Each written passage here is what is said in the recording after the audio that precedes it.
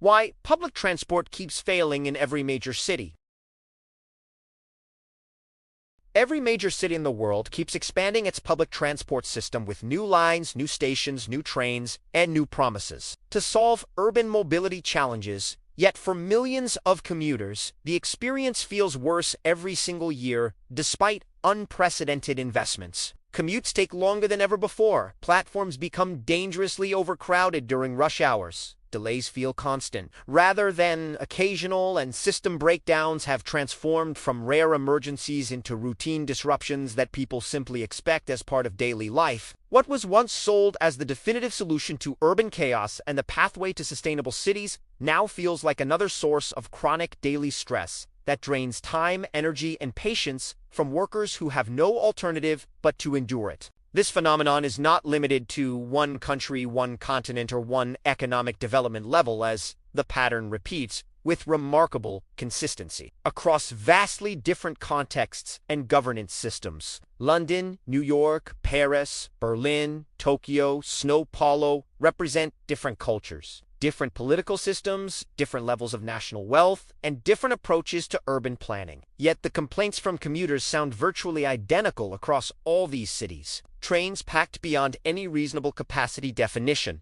buses trapped in gridlock traffic systems shutting down completely during heat waves or heavy rain, infrastructure failures during winter, cold snaps, and platforms so crowded that safety becomes a genuine concern during peak hours. The pattern repeats so consistently across geographies, climates, and political systems that it raises an uncomfortable fundamental question that most transportation planners prefer to avoid. Why does public transport keep failing, even in cities that invest billions of dollars into expanding and modernizing their systems year after year without achieving meaningful improvements in commuter experience or system reliability? Most conventional explanations stop at surface-level analysis and point to familiar scapegoats that make for convenient political narratives but fail to address underlying structural problems. People blame chronic underfunding, government corruption, and mismanagement. Bad leadership from transit authorities, lazy unions, protecting inefficient workers, or simply outdated technology that needs replacing with modern solutions. These explanations are psychologically comforting because they suggest the problem could be fixed relatively easily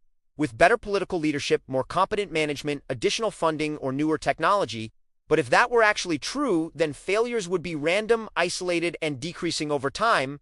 Instead, they are predictable, global, and increasingly frequent despite reform efforts. The uncomfortable truth that urban planners, economists, and politicians avoid confronting directly is that public transport is not failing because cities neglected it or underinvested in infrastructure over decades, but rather because cities fundamentally outgrew the capacity and design parameters of systems that were never intended to handle current demand levels. When most major metropolitan transport systems were originally designed and constructed in the 19th and early 20th centuries, cities were dramatically smaller, slower paced, and far less dense than contemporary urban centers. Daily life revolved around much shorter travel distances, as work, housing, shopping, and essential services were located much closer together, creating walkable neighborhoods. Rush hour existed as a concept, but it was severely limited both in duration and in the scale of simultaneous movement compared to modern peak demand requiring only modest capacity planning.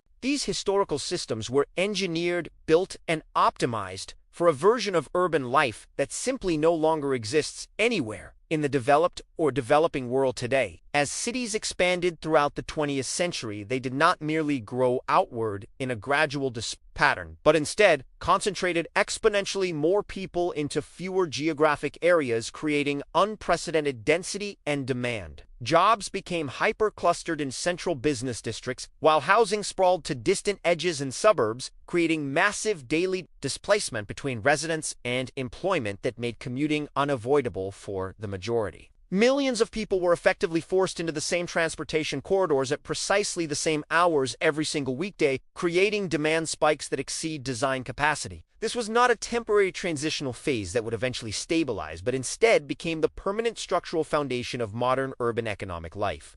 Public transport systems, by their very nature, are rigid infrastructure with extremely limited adaptability to changing demand patterns or population growth. Tracks, tunnels, depots, stations, and supporting infrastructure are extraordinarily expensive, require years or decades to construct, and are extremely difficult to modify, expand, or relocate once in place. Once a network layout is established and built, its fundamental capacity is largely fixed regardless of population changes. Expanding capacity meaningfully requires enormous capital budgets, complex political consensus building across multiple jurisdictions, and construction timelines spanning decades from initial planning to operation. Meanwhile, cities can easily add hundreds of thousands or even millions of new residents in a fraction of that infrastructure timeline through housing development, economic growth, and migration. This creates a fundamental structural mismatch between demand growth patterns and supply expansion capabilities that makes failure mathematically inevitable over time. Demand for public transport grows exponentially as cities add population and concentrate employment, while physical capacity can only grow linearly through incremental additions of trains, lines, and stations. The result is predictable, inevitable saturation where systems operate permanently at maximum capacity with no buffer for disruptions. Every new line opens already experiencing crowding during peak hours. Every incremental improvement gets absorbed almost immediately by latent demand from people who previously avoided the overcrowded system, and congestion simply shifts geographically rather than actually disappearing from the network. Many cities respond to saturation by adding more frequent train service, longer platforms to accommodate additional cars, and higher service frequency during peak hours. This absolutely helps temporarily and provides short-term relief that politicians can claim as success, but it fundamentally does not change the underlying mathematical relationship between demand growth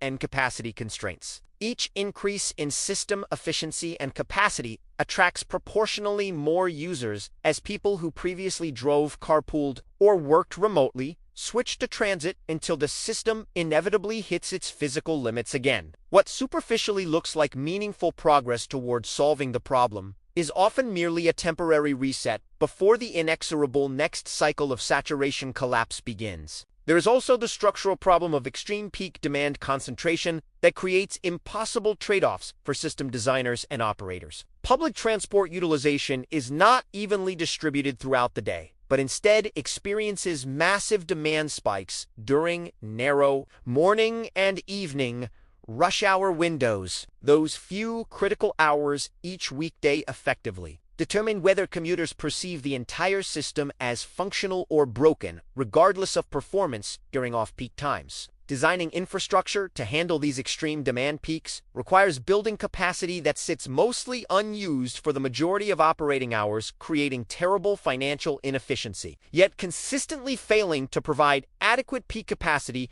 absolutely guarantees daily overload, crowding, delays, and system failures that destroy public confidence. This fundamental tension explains why transit systems can simultaneously feel completely empty and wasteful during late night and weekend hours, while being unbearably overcrowded and insufficient during weekday mornings and evenings. The massive capacity needed exclusively for peak demand periods sits expensive and unused most of the day and night, making the system appear financially inefficient to critics. Cities find themselves trapped between two equally unacceptable outcomes: either massive capital waste building, unused capacity, or inevitable daily failure during critical commuting hours when people actually depend on reliable service. Deferred maintenance and aging infrastructure create additional compounding problems that worsen reliability and reduce effective capacity over time. Physical infrastructure, including tracks, signals, power distribution systems, stations, and rolling stock, all degrade continuously through normal use and environmental exposure. Maintenance and replacement require taking sections of the system offline during repair windows,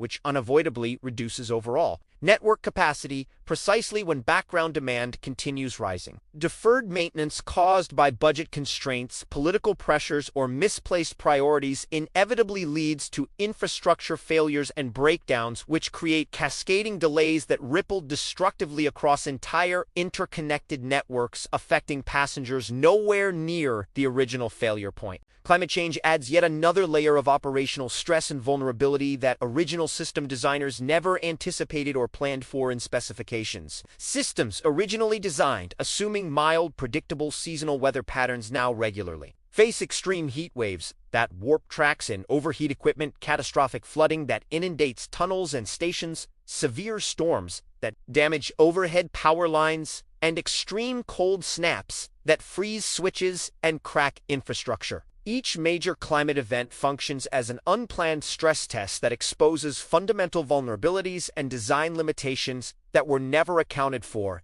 in original 19th and 20th century engineering specifications. These climate-related failures are consistently treated by media and politicians as unpredictable anomalies or acts of God beyond reasonable planning. But they absolutely are not anomalies anymore. They represent the new normal operating environment and function as regular stress tests, revealing that systems are already operating permanently at their absolute physical limits with zero buffer capacity, zero redundancy, and zero margin for any deviation from optimal conditions. When any single component fails anywhere in the tightly coupled system, everything goes catastrophically wrong simultaneously, because there is no spare capacity to absorb and root around the disruption.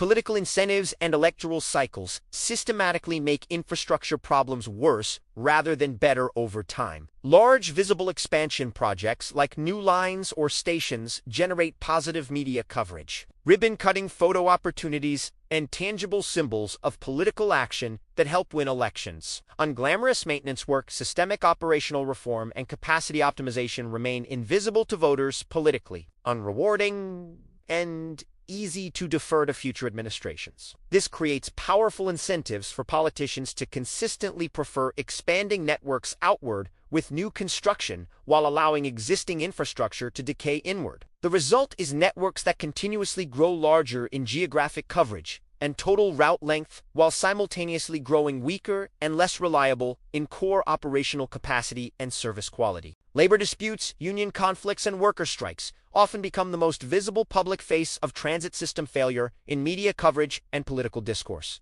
But these conflicts are symptoms of underlying systemic stress rather than independent causes of dysfunction. Transit workers find themselves increasingly stretched across understaffed systems, equipment and infrastructure deteriorate around them, and working conditions become progressively more difficult and dangerous. Conflict emerges predictably when operational pressure and organizational dysfunction become genuinely unsustainable for frontline workers. Simply removing unions from the equation through privatization or legislative action does nothing whatsoever to address the underlying capacity, pressure, demand, growth, or infrastructure decay that created the conflict. Advanced technology and digital systems are consistently presented by politicians, consultants, and technology companies as the comprehensive solution to transit problems. Automation, smart signaling, artificial intelligence, optimization, contactless payment systems, and real-time information displays all genuinely improve certain aspects of system efficiency and user experience. However, technology fundamentally cannot rewrite basic physical constraints or overcome geometric limitations.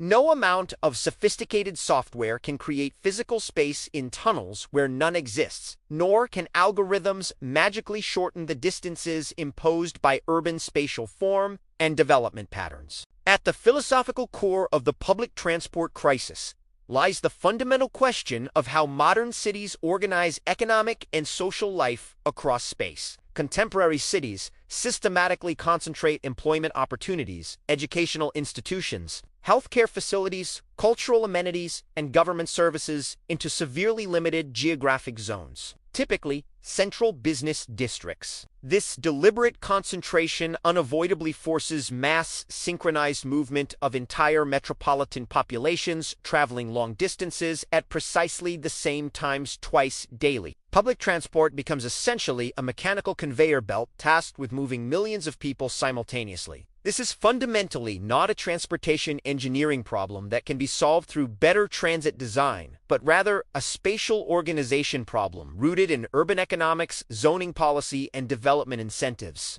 As long as cities structurally require millions of people to travel long distances between residence and employment on synchronized daily schedules, no conceivable transport system can scale indefinitely to meet unlimited demand. There exists a hard physical ceiling determined by geometry, physics, and economics, beyond which every incremental improvement yields dramatically diminishing returns. Construction costs rise exponentially faster than capacity. Benefits commuter frustration continues growing despite investments, and system reliability inevitably declines as utilization pushes against absolute limits. Some forward-thinking cities have begun experimenting with structural alternatives, including genuine decentralization of employment, centers promoting remote and hybrid work arrangements, implementing flexible working hours across industries, and enforcing mixed-use zoning that locates housing near jobs. These spatial and temporal interventions directly reduce peak demand pressure and meaningfully shorten average trip distances where they are applied seriously and at scale. Cities that successfully implement these changes consistently see measurably better public transport performance. However, such fundamental changes directly challenge entrenched economic interests, established real estate development models, downtown business district lobbying groups, and long-standing political traditions, making implementation slow, contested, and uneven across jurisdictions. The conventional belief that public transport simply needs substantially more government funding fundamentally misses the point and perpetuates the problem. Additional funding without accompanying structural changes to urban spatial organization merely feeds an endless self-defeating cycle of build, expand, saturate, rebuild, expand, The transport system becomes an infrastructure treadmill consuming ever larger quantities of public resources, without ever reaching operational stability or acceptable service levels. Money alone cannot overcome geometric constraints or rewrite the mathematics of exponential demand growth meeting linear capacity expansion. This systemic analysis explains why even extraordinarily wealthy cities with massive budgets, technical expertise, and political will continue struggling with the same fundamental failures. Despite having financial resources, advanced engineering capabilities, and genuine commitment to public transit, London, New York, Tokyo, and Singapore all experience versions of the same overcrowding, delays, and reliability problems. The fundamental issue is not competence, corruption, or insufficient investment, but rather flawed design assumptions. Cities are asking public transport systems to solve urban spatial organization problems that transit infrastructure was never designed, meant, or able to solve. Public transport genuinely excels at efficiently moving large numbers of people within reasonable density limits and moderate travel distances. It was never intended, designed, or engineered to compensate for extreme urban sprawl, hyper-concentration of employment, and daily mass displacement of entire metropolitan populations across dozens of kilometers. When pushed far beyond reasonable design parameters and operational limits, systems do exactly what observers see today. Worldwide, they break down gradually through declining service quality, then suddenly through catastrophic failures.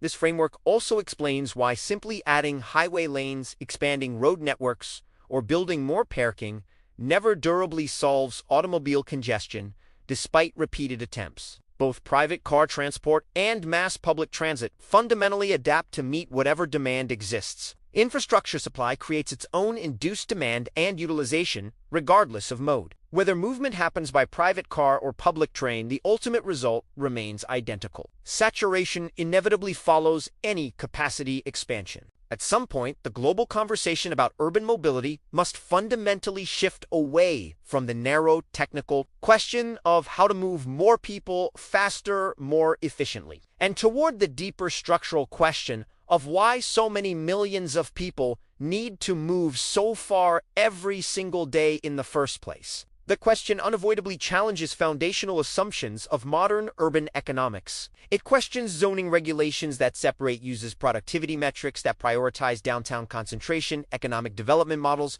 built on agglomeration, and growth ideologies that celebrate endless expansion. cities are not broken failing systems because public transport infrastructure failed to keep pace with demand. Public transport is failing because cities systematically refuse to change the spatial, economic, and social structures that generate impossible demand. The system is performing exactly as physics, economics, human behavior, and organizational theory predict. It absorbs mounting pressure and growing demand until physical limits make continued absorption impossible. For individual commuters trapped in overcrowded trains or waiting on delayed platforms, this dysfunction feels deeply personal, like individual failure or bad luck. Being chronically late to work, being perpetually exhausted, being constantly frustrated, all generate feelings of personal inadequacy. But none of this experience is remotely personal or individual in nature. It is entirely structural and systemic. Millions of people simultaneously experience identical stress, frustration, and time loss, not because of personal choices or individual failings, but because of collective urban design decisions made by previous generations of planners, politicians, and developers.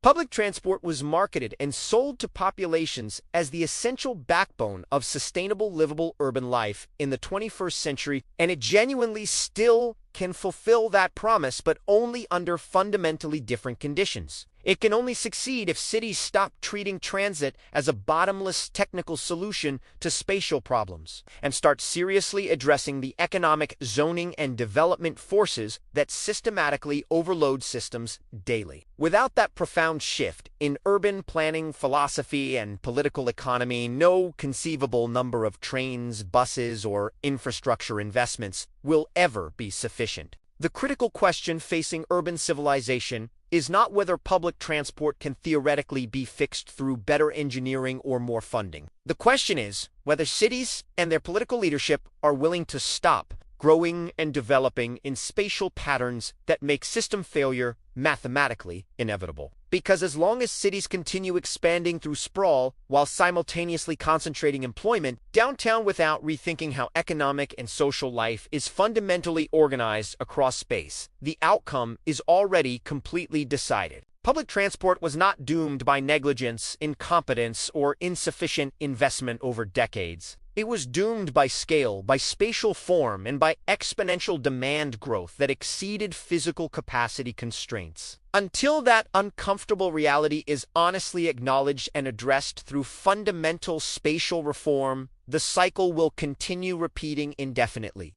Bigger systems, more investment, better technology, yet bigger failures, worse congestion, and the same fundamental question asked repeatedly by frustrated commuters: why does it never seem to work properly?